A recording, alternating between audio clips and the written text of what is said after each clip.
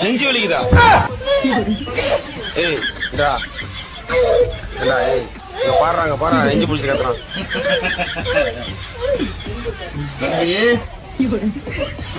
இதோட அதிகமா பண்ணிட்டு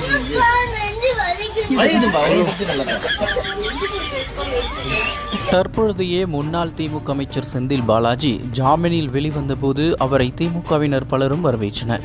இந்த நிலையில் அவரை கைது செய்த போது எடுக்கப்பட்ட வீடியோ தற்பொழுது இணையதளத்தில் மீண்டும் வைரலாகி வருகிறது. இந்த மாவட்டத்தில் ஒருத்தர் இருந்தார், அமைச்சர் செந்தில் பாலாஜி. அவரை பத்தி சொல்ல வேண்டிய அவசியமே இல்லை.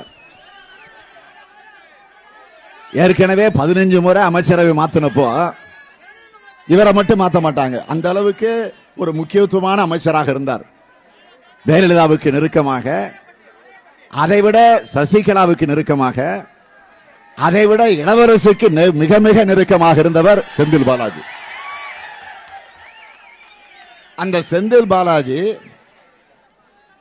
அமைச்சரவை 15 முறை ஏற்கனவே மாத்தி அமைச்சாங்க.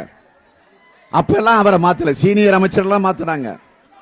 ஆனா இந்த ஜூனியர் அமைச்சரை மாத்திரம் மாத்தல.